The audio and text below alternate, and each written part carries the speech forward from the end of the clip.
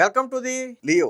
Already Jagan PA అక్రమ సంపాదన గురించి నేను ఒక వీడియో చేసుకున్నాం. వాస్తవానికి కడప జిల్లా కమలాపురంలో ఒక చిన్న హోటల్ నిర్వహించుకుంటూ, అంటే రోడ్డు సైడు ఉదయం టిఫిన్ బండ్ల నిర్వహించుకుంటూ జీవనం సాగించే కుటుంబానికి చెందినటువంటి ఒక వ్యక్తి ఈ జగన్మోహన్ రెడ్డి దగ్గర చేరకముందు 10,000 రూపాయలకు పనిచేసినటువంటి వ్యక్తి. ఈవెన్ సాక్షిలో కూడా 10 నుంచి 15,000 రూపాయలకి పనిచేశాడు. ఆ తరువాత జగన్మోహన్ రెడ్డి దగ్గర వ్యక్తిగత సహాయకుడిగా చేరాడు. 2019 వరకు కూడా అద్దె ఇంట్లోనే ఉన్నాడు. సో అలాంటి ఒక వ్యక్తి ఆ తరువాత 19-24 మధ్య 3 రాష్ట్రాల్లో స్థిర ఆస్తులు కొన్నాడు. అలాగే విజయవాడలోని ఒక షోరూంలో వాటా తీసుకున్నాడు, 50% వాటా. ఒక సాఫ్ట్వేర్ కంపెనీలో ఆయన భార్యకు వాటా ఉంది. 20 కోట్ల రూపాయల లావాదేవీలు ఆయన భార్య అకౌంట్లో జరిగాయి. అలాగే 2 కేజీలకు పైగా బంగారం ఉన్నట్లుగా కూడా అధికారులు గుర్తించారు. మరి ఇన్ని ఆస్తులు ఎలాగ వచ్చాయి? దాదాపుగా రాష్ట్రం 2 తెలుగు రాష్ట్రాల్లో 6-7 చోట్ల ఇళ్ళు కొన్నాడు. మరి ఈ స్థాయిలో ఆస్తులు ఎలా వచ్చాయి, ఎలా ఎదిగాడు అంటే తీగలాగితే డొంక కదిలినట్టుగా. వాస్తవానికి ఇది చెవిరెడ్డి భాస్కర్ రెడ్డికి సంబంధించినటువంటి లిక్కర్ స్కామ్లో విచారణ చేస్తున్నప్పుడు ఆయన వేసినటువంటి ఒక ఫ్లాట్లో 10 ఎకరాల ఫ్లాట్ను ఈ కేఎన్ఆర్ కొన్నాడు, నాగేశ్వర్ రెడ్డి కొన్నాడు. సో ఎవరా ఈ నాగేశ్వర్ రెడ్డి? దాదాపుగా 80 లక్షలు 90 లక్షలు చెల్లించి కొన్నది ఎవరా అని ఆరాధిస్తే తెలిసింది ఏంటంటే జగన్ పిఏ అని. జగన్ పిఏ అని తెలియగానే ఇంకొద్దిగా తీగలాగితే ఏం కదిలింది? ఆయనకున్నటువంటి అక్రమాస్తుల చిట్టా మొత్తం కూడా బయటపడింది. మనం ఇక్కడ వరకు ఆల్రెడీ నేను చెప్పుకున్నాం. కాకపోతే ట్విస్ట్ ఏంటో తెలుసా? ఈ వాస్తవానికి ఇతరులకు కేఎన్ఆర్ బినామీ అనుకున్నాం నిన్నటి వరకు కూడా. సరే జగన్మోహన్ రెడ్డికో లేదా జగన్మోహన్ రెడ్డి వర్గీయులకో ఈయన ఏమన్నా బినామీగా ఉన్నాడేమో, అదంతా బినామీల సొమ్మేమో అని మనం అనుకున్నాం.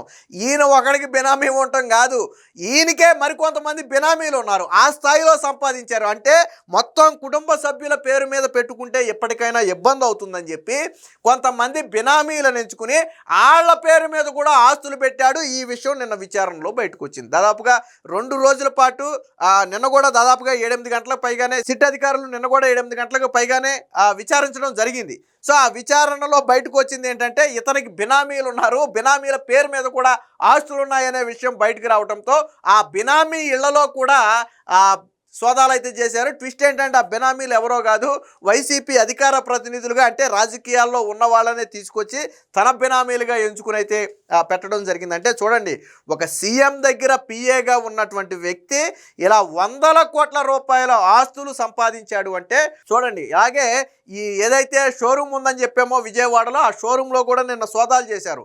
కేవలం 2 కోట్లో 3 కోట్లో పెట్టుబడి పెడితే ఆ భారీ షోరూంలో 50% షేర్ హోల్డ్ తగ్గించుకున్నాడంట. మరి అంత షోరూంలో 2 కోట్లకి 3 కోట్లకి పెట్టుబడి ఎలా 50% వాటా ఎలా వచ్చింది?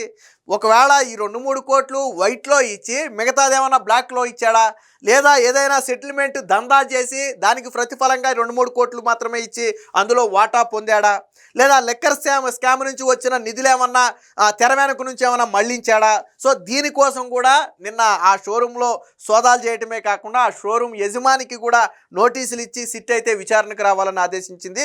సో ఈరోజు బహుశా ఇవాళ రేపట్లో విచారణ తరువాత ఆ షోరూమ్ యజమాని చెప్పిన దాన్ని బట్టి, ఆ పత్రాలు పరిశీలించిన దాన్ని బట్టి అసలు అంత తక్కువ వాటాకు అంత షోరూంలో వాటా ఎలా వచ్చిందనేది తెలుస్తుంది. ఏది ఏమైనా మొత్తానికి జగన్మోహన్ రెడ్డి పిఏ అక్రమాల పుట్ట అయితే బయటపడుతుంది. దీనికి సంబంధించిన వార్త ఒకటి వచ్చింది, ఒకసారి చూద్దాం. జగన్ పిఏ కేఎన్ఆర్ కు బినామీలు. వైకాపా అధికార ప్రతినిధి అయినటువంటి పుత్తా శివశంకర్ రెడ్డి పేరిట ఆస్తులు కొనుగోలు.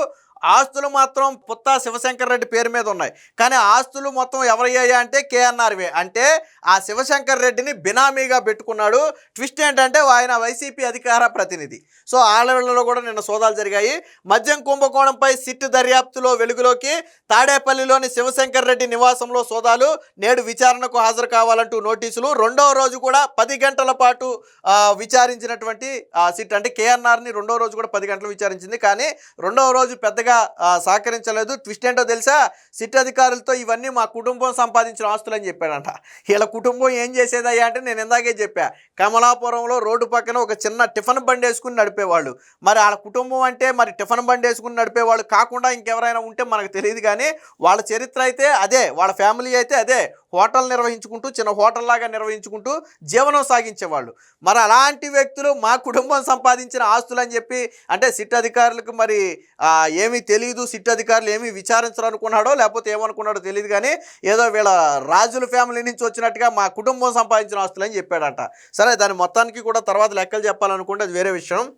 వైకాపా హయాంలో జరిగిన వేల కోట్ల మద్యం కుంభకోణంలో కొల్లగొట్టిన లంచాల సొమ్ములో కొంత వెనకేసుకున్నాడనే అభియోగాలు ఎదుర్కొంటున్న వైకాపా అధినేత జగన్ పిఏ నాగేశ్వర్ రెడ్డికి బినామీలు ఉన్నట్లుగా సిట్టు గుర్తించింది. మద్యం లంచాల సొమ్ముతో కొన్న ఆస్తులు, పెట్టిన పెట్టుబడులన్నింటినీ తన పేరిట తన కుటుంబ పేరిట పెడితే ఇబ్బందులు ఎదురవుతాయనే ఉద్దేశంతో కొన్నిటిని బినామీల పేరున పెట్టినట్టుగా తేల్చింది. వైకాపా రాష్ట్ర అధికార ప్రతినిధిగా ఉన్నటువంటి శివశంకర్ రెడ్డి ఆ బినామీల్లో ఒకరని విచారణలో వెల్లడైంది. 2019-24 మధ్య శివశంకర్ రెడ్డి ఆయన కుటుంబాల పేరిట కేఎన్ఆర్ స్థిరాస్తులు కొన్నట్లుగా, పెట్టుబడులు పెట్టినట్లుగా ఆధారాలు అంటే కాగితాల రూపంలో ఆధారాలు అయితే లభించాయి. సో ఈ నేపథ్యంలోనే ఈ బినామీ ఆస్తుల గుట్టు రాబట్టేందుకు తాడేపల్లిలో ఉన్నటువంటి శివశంకర్ రెడ్డి ఆ ఇంట్లో సోదాలు చేయటమే కాకుండా ఈరోజు విచారణకు కూడా హాజరు కావాలని నోటీసులు ఇచ్చారు. దీనికి సంబంధించిన మరొక వార్త కూడా చూద్దాం. అలాగే ఆల్రెడీ నేను చెప్పాను, ఈ వ్యక్తికి విజయవాడలోని ఒక షోరూంలో, కార్ల షోరూంలో వాటా ఉందని చెప్పాను. సో ఆ షోరూమే ఇది. రామారప్పాడులోని లక్కీ హోండాయ్ షోరూంలో తనిఖీలు చేస్తున్న సిట్ అధికారులు. సో ఈ షోరూంలోనే 50% వాటా జగన్ పిఏ నాగేశ్వర్ రెడ్డికి ఉంది. విజయవాడ శివారులోని రామారప్పాడులోని లక్కీ హోండాయ్ షోరూంలో 2-3 కోట్ల పెట్టుబడితో 50% వాటాను కేఎన్ఆర్ తీసుకున్నట్లుగా సిట్ ఇప్పటికే దర్యాప్తులో గుర్తించింది. అంత తక్కువ పెట్టుబడితో సగం వాటా ఎలా వచ్చింది? వైట్లో కొంచెమే పెట్టి భారీ మొత్తంలో బ్లాక్లో చెల్లించారా? ఏదైనా వివాదంలో సెటిల్మెంట్కు పాల్పడి అందులో వాటా కాజేశారా? లేదా మద్యం లంచాల ద్వారా వచ్చిన బ్లాక్ను వైట్గా మార్చుకోవడానికి పెట్టుబడిగా మార్చారా అనే కోణాల్లో సిట్ అయితే ఆరాధిస్తుంది. దీనిలో భాగంగానే గురువారం మధ్యాహ్నం 3 గంటల నుంచి రాత్రి వరకు కూడా ఆ షోరూంలో అయితే తనిఖీలు చేపట్టారు. మొత్తం వాటాల పంపిణీ ఎలా జరిగింది, కేఎన్ఆర్ ఏ రూపంలో పెట్టుబడులు పెట్టాడనే వివరాలు రాబట్టింది. పలు పత్రాలు కూడా స్వాధీనం చేసుకుని ఆ షోరూంకి యజమానిగా ఉన్నటువంటి ఉస్మాన్ సందీప్కి అయితే నోటీసులు జారీ చేసి శుక్రవారం అంటే ఈరోజు విచారణకు హాజరు కావాలని చెప్పి ఆదేశించింది. సో ఆయన వచ్చిన తర్వాత ఆయన చెప్పిన దాన్ని బట్టి దీనికి ఒక అయితే అవకాశం ఉంది. దీనికి సంబంధించిన మరొక వార్త కూడా చూద్దాం. జగన్ అధికారాండతో పిఏ దోపిడీ పర్వం. 10,000 జీతం నుంచి కేఎన్ఆర్ 100 కోట్లకు కబ్జాలు, వసూళ్లు, సెటిల్మెంట్ల జోరు. ఎన్ఆర్ఐని బెదిరించి కృష్ణాలో 40 ఎకరాలు స్వాహా. తిరుపతిలో హాజీరాంజీ మఠం భూములు కబ్జా.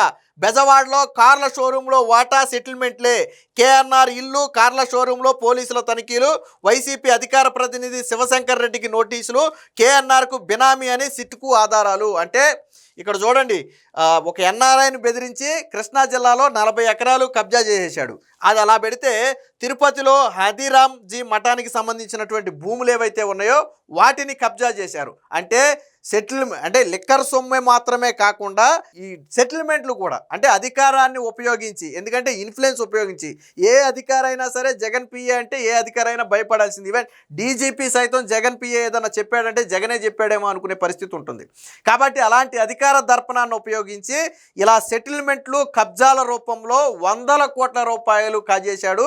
10,000 జీతంతో మొదలైనటువంటి తన ప్రస్థానం, 10,000 జీతంతో ప్రస్థానం అంటే ఏదో 100 ఏళ్ల క్రితం మొదలైన ప్రస్థానం కాదు. 2019 అంటే జగన్ సీఎం అవడానికి ముందు వరకు కూడా అద్దె ఇంట్లోనే ఉన్నటువంటి వ్యక్తి ఈరోజు 100 కోట్ల ఆస్తులు సంపాదించాడు. అంటే దోపిడీ ఏ స్థాయిలో జరిగిందో, కబ్జాలు సెటిల్మెంట్లు ఏ స్థాయిలో చేశాడో దీన్ని బట్టి మీరు అర్థం చేసుకోవచ్చు. ఇతరులను కూడా తనకు బినామీగా పెట్టుకునే స్థాయికి ఆస్తులు సంపాదించాడు. తన కుటుంబం పేరు మీద పెట్టుకోవడమే కాదు, ఇంకా ఆస్తులు పెరగటంతో బినామీల పేరు మీద కూడా పెట్టాడు. ఇప్పుడు కేవలం శివశంకర్ రెడ్డే బయటకు వచ్చాడు. ఇంకా ఎంతమంది బినామీలు ఉన్నారనేది బయటికి రావాలి. ఏదేమైనా మొత్తంగా ఏఎన్ఆర్కు సంబంధించినటువంటి అక్రమ ఆస్తుల చిట్టా అయితే ఒక్కొక్కటిగా బయటపడుతుంది. దీని మీద సిట్టు పూర్తి స్థాయిలో విచారణ చేస్తుంది. ఇంకా దీని వెనక ఎవరెవరి హస్తం ఉంది అనే విషయాలు కూడా బయటపడే అవకాశం ఉంది. ఏది ఏమైనా కేఎన్ఆర్ మెడకు సిట్ అయితే ఉచ్చు బలంగా బిగించింది అనేది మాత్రం వాస్తవం. Please subscribe to Leo news for more videos.